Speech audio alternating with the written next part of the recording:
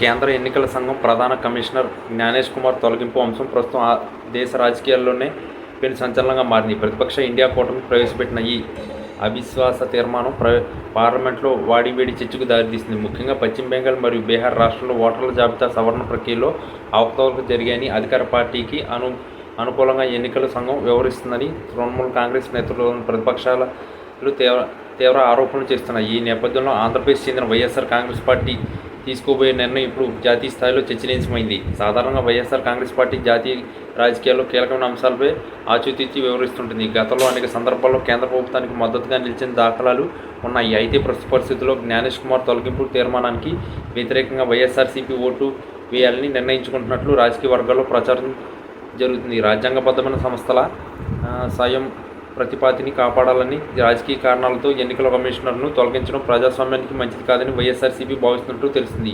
ఈ వ్యూహాత్మక అడుగు వెనుక బలమైన కారణాలు ఉన్నాయని విశ్లేషకులు అభిప్రాయపడుతున్నారు. ఎన్నికల సంఘం వంటి వ్యవస్థలను వివాదాల్లోకి నెట్టడం వల్ల భవిష్యత్తులో ఎన్నికల నిర్వహణపై ప్రజల్లో నమ్మకం తగ్గే అవకాశం ఉంది. వైఎస్ఆర్సీపీ నాయకత్వం ప్రస్తుతానికి కేంద్రంతో అనవసరంగా ఘర్షణకు వెళ్లకుండా తటస్థంగా లేదా ప్రభుత్వానికి అనుకూలమైన వైఖరి అవలంబించడం ద్వారా రాష్ట్ర ప్రయోజనాలను కాపాడుకోవాలని చూస్తుంది.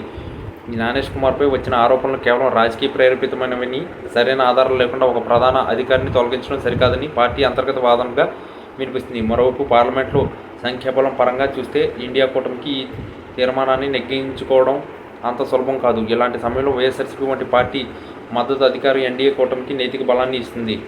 ప్రతిపక్షాలు ఆరోపిస్తున్నట్లుగా ఓటర్ల జాబితాలో అక్రమాలు జరిగాయనే అంశంపై స్పష్టమైన ఆధారాలు ఉంటే తప్ప కేవలం అనుమానాలతో అవిశ్వాసనం ప్రక్రియను చేపట్టడానికి వైఎస్ఆర్సీపీ సమర్థించడం లేదని సమాచారం. ఈ నిర్ణయం వల్ల వైఎస్ఆర్ కాంగ్రెస్ పార్టీ రాజకీయాల్లో తనదైన ముద్ర వేయడమే కాకుండా రాజ్యాంగ వ్యవస్థల పట్ల తమకున్న గౌరవాన్ని చాటి చెప్పాలని ఆశిస్తుంది. ఎన్నికల కమిషనర్ తొలగింపు ప్రక్రియ సుప్రీంకోర్టు న్యాయమూర్తి తొలగింపుతో సమానంగా అత్యంత కఠినమైనది. కేవలం రాజకీయ విమర్శల ప్రతిపాదికన ఈ ప్రక్రియ సాగించడం రాజ్యాంగ స్ఫూర్తికి విరుద్ధమని పార్టీ నేతలు ప్రైవేటు సంభాషణలో వ్యాఖ్యానిస్తున్నారు.